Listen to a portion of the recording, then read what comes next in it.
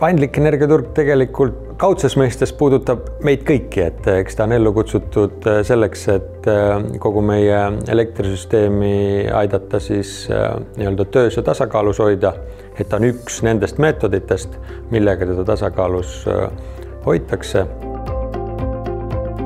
Paindlikkusturgudel osalemise kasu eelkõige on ikkagi rahaline või äriline kasu, et on need siis tööstuslikud seadmed või akusalvestid, et ei ole otseselt nagu nüüd väga suurt vahet, et milline see seade on piisav, et tal oleks vajalik võimsus ja ta oleks nii-öelda reguleeritav siis sellel hetkel, kui seda vaja reguleerida on, kas siis tarbimist suurendada, tarbimist vähendada, akusse salvestada, akust elektrit välja anda. Päeva lõpuks aitab see tegelikult kaasa ka sellele, et pääseb rohkem taastuvenergiat turule.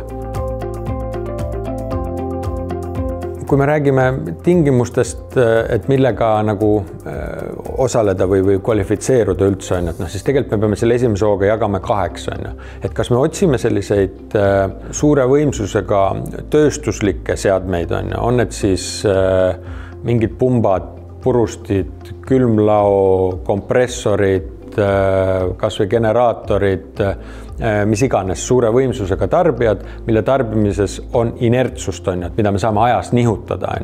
Et see on väga lihtsalt öeldes see, et kui me räägime tööstusseadmetest, loomulikult ei pea seda analüüsi nagu ise tegema, et me Enefitis aitame analüüsi läbi viia ja kaardistame ära, kas on sobivaid seadmeid, kas neid saaks pakkuda paindlikkusturule ja mis see plaan võiks olla.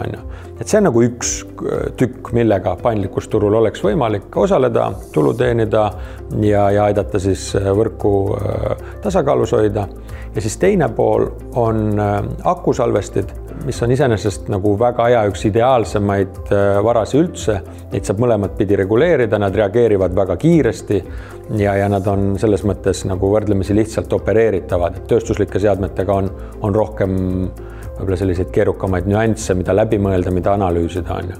Aga see vahe on selles, et tööstuslikud seadmed suure tõenäosusega on juba ettevõtetel olemas.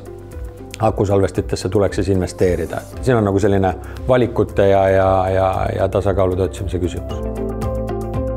Paindlikkusturul osalemine ei tähenda terviklikku elektrikatkestust ettevõtte jaoks, et me juhime ikkagi konkreetseid seadmeid, konkreetset elektritarbijat, siis on see tööstuslik seade või akusalvesti, aga ta on ikkagi konkreetne asi, et selles mõttes ei kao kogu ettevõttest elekter ära selleks ajaks. Ja selle tõttu võib-olla neid tööstuslikke seadmeid ongi natuke raskem leida, et nende tarbimises peabki olema seda inertsust.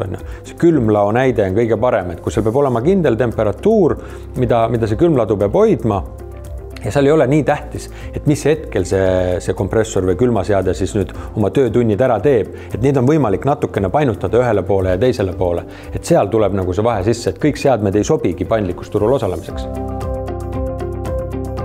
Igal juhul tasub ära kaardistada tootmistööstusettevõtetel oma nii-öelda seadmete portfell kui selline, et äkki seal on piisava võimsusega seadmeid, mis sobiksid oma olemuselt paindlikkusturuga liitumiseks, aga kõik ettevõtted, kellel on soov vähendada oma energiakulusi üldiselt, siis päikese- ja salvestuslahendused seda aitavad nagunii. Et selles mõttes on siin uks lahti kõigile.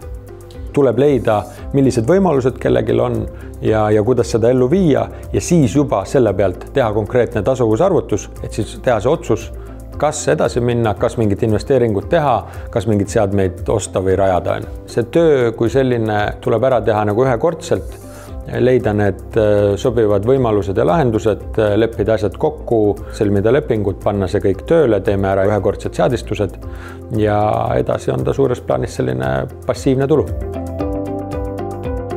Kui tekkis huvi, siis muidugi kahtlemata Enefiti kodulehelt saab ka ise lisaks lugeda erinevate teemade kohta, aga võib-olla selliste komplekssemate asjade puhul on mõistlik siis võtta ühendust ja kindlasti meie inimesed aitavad konsulteerida, kaasa mõelda ja leida sobivaid võimalusi ja lahendusi.